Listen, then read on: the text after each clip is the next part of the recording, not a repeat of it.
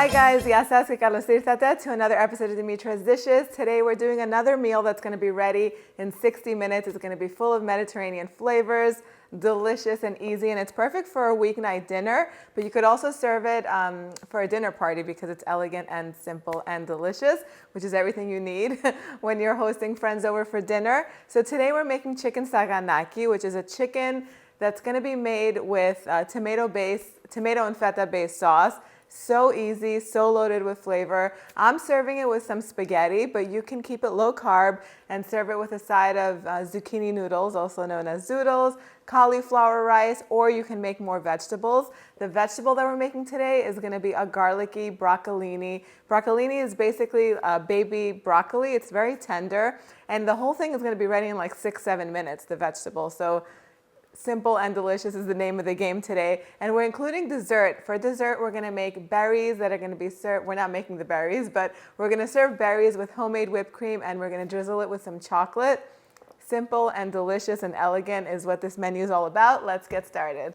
So we're going to begin with the chicken. I have some chicken breast. I'm making a big batch, so this is 3 pounds of chicken breast that I've cut into cubes. Now you can definitely use boneless, skinless chicken thighs for this. That will work as well. I'm going to season them first with some salt and pepper because before we make the sauce, we're going to brown them on both sides.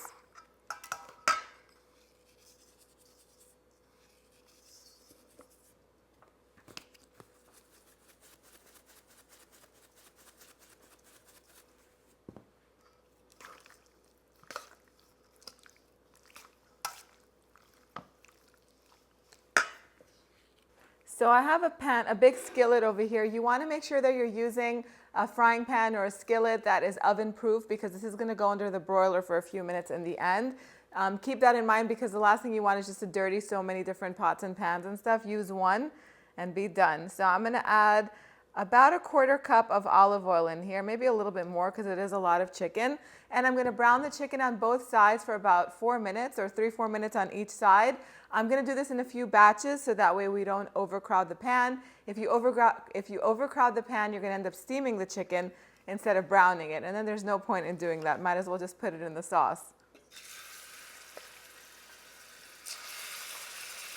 So when the chicken is done browning on all sides, just transfer it to a platter. And then you could finely chop an onion and grate 5 to 6 garlic cloves. We're going to put the chicken back in the same pan with all those delicious pan juices that are going to add so much flavor.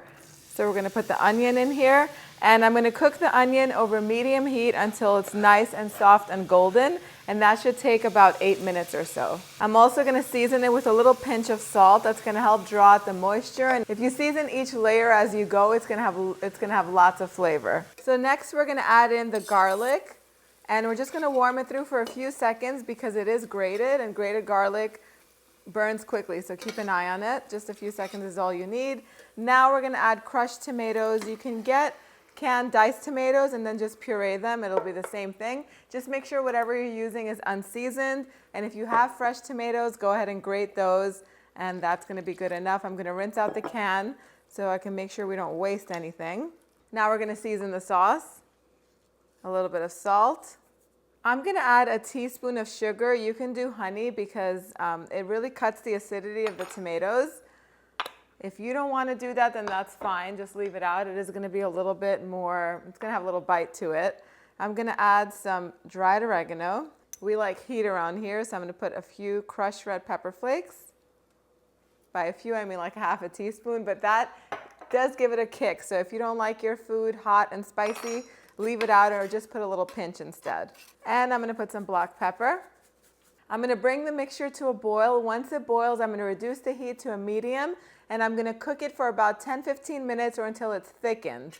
So the sauce was ready in 10 minutes. It all depends on your cooktop and how high you're cooking it and all that stuff.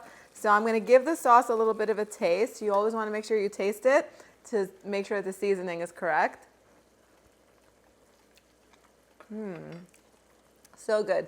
Keep in mind that the longer you cook tomato sauce for, the richer and sweeter it gets. But this is a quick and easy weeknight meal, which brings me to another little tip. If you want to skip this step, if you're in a real hurry and you want to get this on the table, you can definitely use store-bought pasta sauce. That will work too. 2 cans or 2 jars would be probably however much you need. Again, it all depends on your preference. If you like a lot of sauce, use 2. If you like less, use 1. And it also depends on how much chicken you're making. Now I'm going to put the chicken and all of its glorious juices back into the pan and try to get it in one even layer. And now we're going to add feta cheese. So I like to buy my feta in blocks. It's much better quality, tastes better, less briny, all that good stuff. Try to stay away from crumbled feta cheese. It takes 2 seconds to crumble it on your own. And you're going to want to crumble the feta on top. As much feta as you want goes in this. That's the rule. Basically, there is no rule. Okay, so you want the feta to kind of stay on top and the chicken to be submerged in the sauce. I did go a little overboard with the chicken, but there are 7 of us in here, so we needed a big batch. What I'm going to do now is I'm going to take this off of the stovetop and I'm going to put it under the broiler. I do have a broiler element in my oven. If you don't have one, then what you would do is put the oven at the highest temperature that it goes to, usually 500, and let it cook in there for about 10 minutes. What's going to happen, the sauce is going to thicken a little more. So the cheese is going to melt and it's going to get a nice golden color on top. You do want it to get slightly charred. Those charred bits are flavor. So I'm going to show you what it looks like as soon as it comes out. So while the chicken is broiling and cooking in the oven, it takes just that less time to actually prepare your side, which is some which is some garlicky broccoli. I'm using broccolini today. It's sold as baby broccoli in the supermarket. If you can't find it, feel free to use asparagus. You can use cauliflower or plain broccoli. I have a really good roasted broccoli recipe on the website, and I'll make sure to put the link on the blog post. So the way you treat these, you cut off the end of the stem because it tends to be a little tough and fibrous. It's kind of similar to when you're using asparagus or cooking with asparagus. To make the broccolini, you just want to bring a pot of water to a boil, and you want to add some salt to it so that way the water is flavored. Put the broccolini in there and let it cook, let it boil for 2 minutes. Then carefully take it out and transfer it to another plate. Now what we're going to do is we're going to pan fry it with a little bit of garlic oil. So in a cast iron skillet or whatever skillet you have, you can use a big pan or anything you want. I'm going to add some olive oil, and you want it to be over medium-high heat is good. Now I like this extra garlicky, so I sliced 5 to 6, I think it was 6 garlic cloves. You can make it as garlicky as you like. And we're going to cook these just for a little bit until they're nice and golden.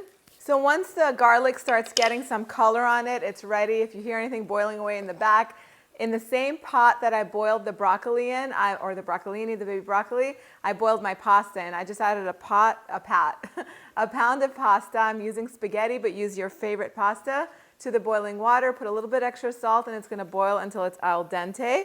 Now I'm going to put this broccoli back in here, or in here, going in for the first time.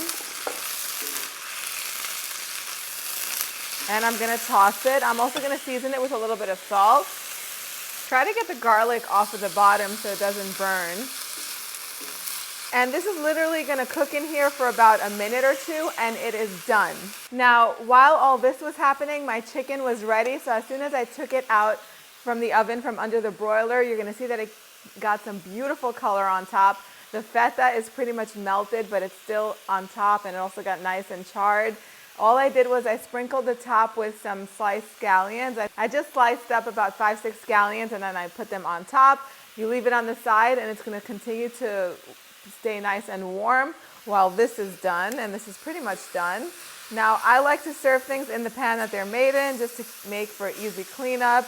And cast iron skillets are basically go from stovetop to table in a pinch. I'm just going to take that off of the heat and set it aside. The only other thing that's left are these radishes. I feel like the radishes are going to go really well with the broccoli. They're nice and peppery and crunchy, so you're going to have the green broccoli and these beautiful red radishes. I feel like we eat with our eyes too, so if it looks pretty, we're going to eat it. I'm just going to cut these ends off and just slice them in half. You can do them in thin slices too. That might be easier to eat. It's up to you. So I cut off both ends, but I left some of these green parts on where the leaves were on just because they taste good and they're pretty too. So I did half and half. I'm just going to sprinkle the radishes on top. Now, if you wanted to add a little hint of sweetness to this, you could also add some cranberries or even some raisins, but I like it to be more savory, so I'm going to do it this way. The side is ready, the main course is ready, the pasta is about to get drained. I'm going to strain out all of the water, and then all that's going to be left is to put dessert together. Okay, so now it's time for the dessert, and for the dessert we're keeping it very light and fresh, and it's even pretty low carb. We're using a combination of berries. Now use whatever you have or whatever you like. I'm using strawberries and blueberries. You want to make sure you rinse them well before you use them. And then you can melt your favorite chocolate. If you want to keep it a little bit more grown up, you can just do dark chocolate. You can use semi-sweet or a combination of both. You can even do milk chocolate or white chocolate if you're serving it to kids and they want something fancy. And if you want to use Nutella or your favorite chocolate hazelnut spread, you can warm that a few seconds in the microwave until it's the consistency where you can drizzle it on. And that's going to be pretty decadent too. The only thing that we're actually making is the whipped cream. So whipped cream is just 3 ingredients, heavy whipping cream, and you want to make sure it's nice and cold. Then the next ingredient is some powdered sugar, and you can put as much or as little as you want to make it sweet or not that sweet. And then I'm going to add a teaspoon of pure vanilla extract. And we're just going to whip this up until it turns into whipped cream. It's going to be the consistency of yogurt or Greek yogurt.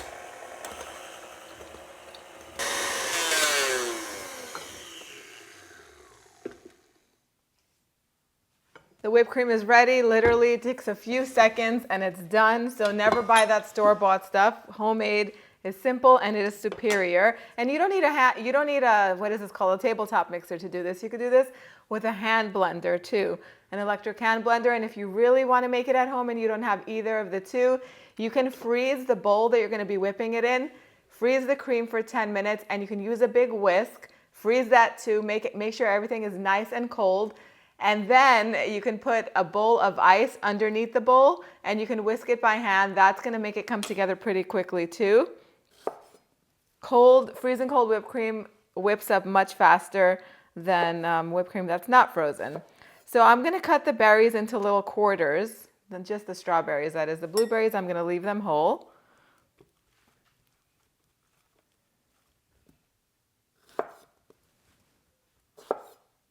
Then I'm going to add the blueberries. If you have blackberries and raspberries, go ahead and add those in as well. Now, just to help the berries sweeten up a little bit and help them release their juices, I'm going to add 2 teaspoons of sugar on top of them. You can leave the sugar out if you're keeping it a little bit healthier. And if you want to go super healthy, you can leave the whipped cream out and just use a vanilla yogurt instead. That would be a really nice, you can make like a little parfait out of it. We give you options. If you want to make it a little bit extra special, put some orange or lemon zest in it. But the berries are pretty much done. Now we're just going to put it all together. Now you can serve this family style if you're doing this just for the family and the kids. Put everything out and everybody can put however much of everything that they want into their little bowl. I really like to serve this in little trifle bowls. It makes it extra special. You can turn this into a trifle if you have store-bought pound cake, or even if you have some shortbread cookies. You can put those in here if you want on top as a garnish, or underneath the berries so they can get all the juices from the berries. But I would do a layer of berries on the bottom. And again, if you want to get fancy, you could pipe the whipped cream you could put the whipped cream in a little pastry bag and pipe little rosettes on top. But we are keeping things a little simple today. A little simple and a little fancy at the same time. A dollop of whipped cream on top of the berries. Then I'm going to put a few berries on top. And then we're going to drizzle the chocolate. This is semi-sweet chocolate, by the way. Who's to say you can't drizzle chocolate on top of the first layer of berries too? There's an idea. If you had a cookie, you can put it on top. Look at how cute that is, how fancy. It's going to be really light too. I'm going to put the chicken and the meal in a plate, and then we're going to take a bite of everything all together. And just like that, in under an hour, you don't just have an ordinary meal. This is restaurant quality food at home, homemade with love, delicious, and so easy to put together.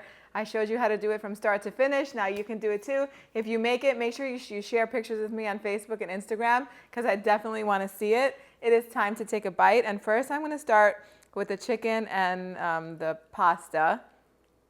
Now, you can sprinkle some kefalograviera or parmesan or even mozzarella on top of this if you want to go all out, or extra feta.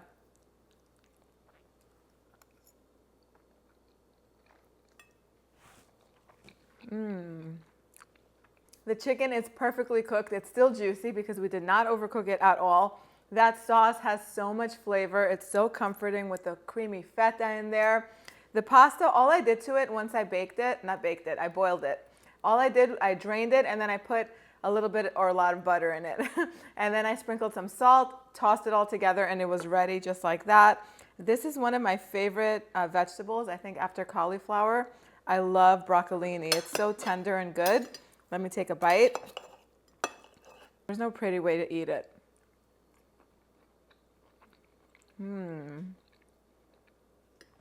Let's get a radish too. Perfect. Try not to leave out those radishes. Just a little kick of pepperiness. It's crunchy. The broccolini absorbed all of that garlic oil and it tastes so amazing. So simple.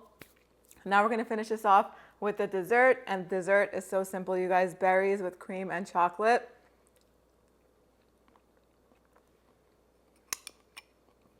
Delicious. I hope you guys give this a try. If you want to print out the recipes, head on over to dimitrasdishes.com. Print them all out. Make this. Let me know what you guys think in the comments section down below. If you want to learn how to make anything else, post those requests down there too. Thank you guys so much for spending time with me today. I'll see you all next time. Yes, us.